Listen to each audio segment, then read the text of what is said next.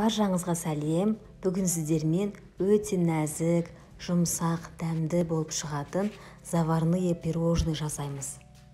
Бұл пирожныйларды шу деп те атайды. Менімен бірге болыңыздар.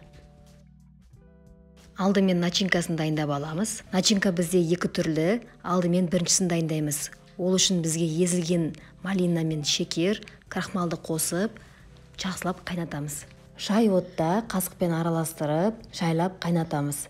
Массамыз қойылғанады және крахмалдың дәмі кетеді. Шамамен 6-7 минут қайнатамыз. Дайын болды дегенде крахмалдың дәмі кетті ме екен тексеріп көру керек. Дайын болған массамызды кондитерлік қапқа салып, тоңазытқышқа 5 сағатқа қойып қоямыз. Ал енді кремін жасауға кірісеміз. Жарты литр сүтті қайнатамыз. 5 жұмыртқаның сарысына сары май, шекер, кішкене ұн және де кукуруз крахмалын қосып, жақсылап араластырамыз.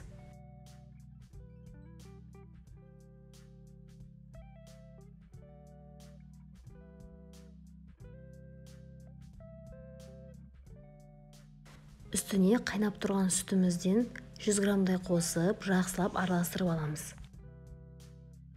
Енді массамызды қайнап тұрған сүтке аз-аздан құйып, тоқтаусыз жақсылап араластырамыз.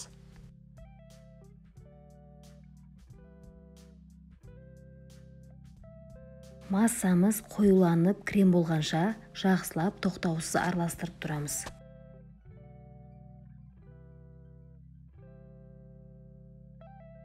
Және 3-4 минут крахмалдың дәмі кету үшін жай отта жақсылап араластырып қайнатамыз. Дайын кремді басқа ыдысқа саламыз. Суыған соң бетін пищевой пакетпен толығымен жауып, тоңазытқышқа 4-5 сағатқа салып қоямыз. Ал енді кракелен дайындауға кірісеміз. Сары майға қант ұнтағымен ұнды қосып, қолмен жақсылап елеп, араластырып қамыр жасаймыз.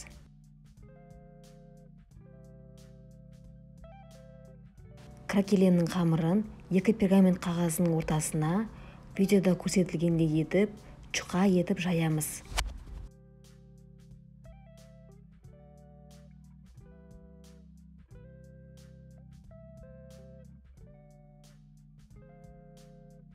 Кракеленнің қамыры өте нәзік болады. Сол себепті де тоңазытқыштың мұздатқышына 1 сағатқа салып қатырып аламыз. Ал енді негізгі профитролимізді жасауға кірісеміз. Табаққа сары май, су, сүт, тұз, шекерді қосып, газдеп қайнатып аламыз.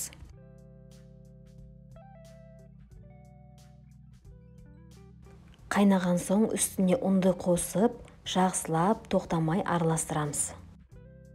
Газдың отын баяуға ауыстырамыз.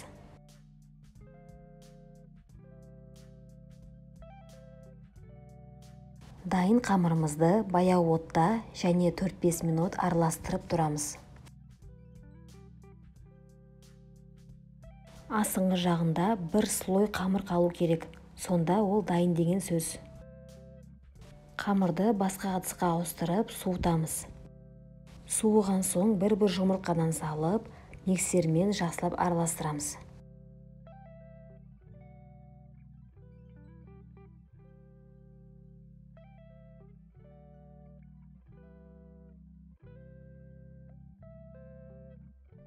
Дайын қамырымызды кондитерлік қапқа салып аламыз.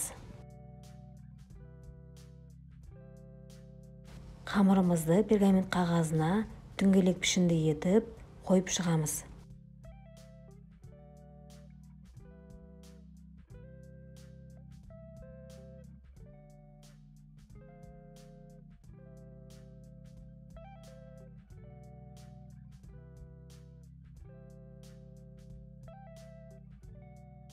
Кракеленді мұздатқыштан алып, дөңгелек пішінді етіп кесіп алып, дөңгелек қамырларымыздың бетіне қойып шығамыз.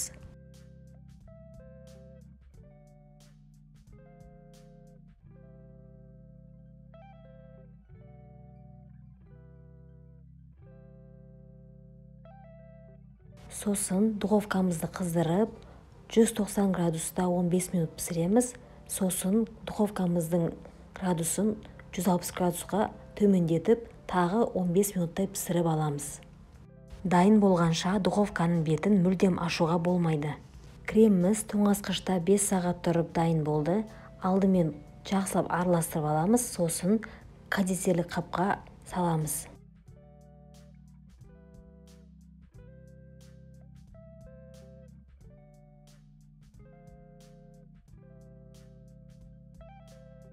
Міне біздің пирожныйларымыз пісіп шықты. Енді ішін креммен толтырамыз. Алдымен пирожныйымыздың төмен жағын таяқшамен тесіп шығамыз.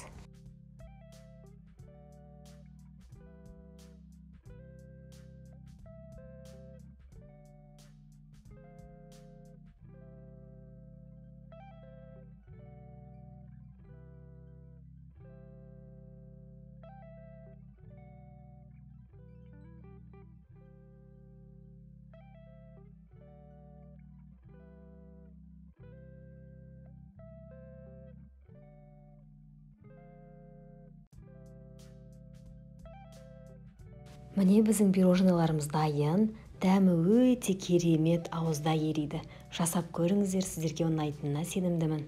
Барлық керек заттардың мөлшерін описаниеге қалдырамын. Видеоны соңына дейін көргендеріңізге рахмет. Лайк басып, комментарийді қалдыруды ұмытпаңыздар.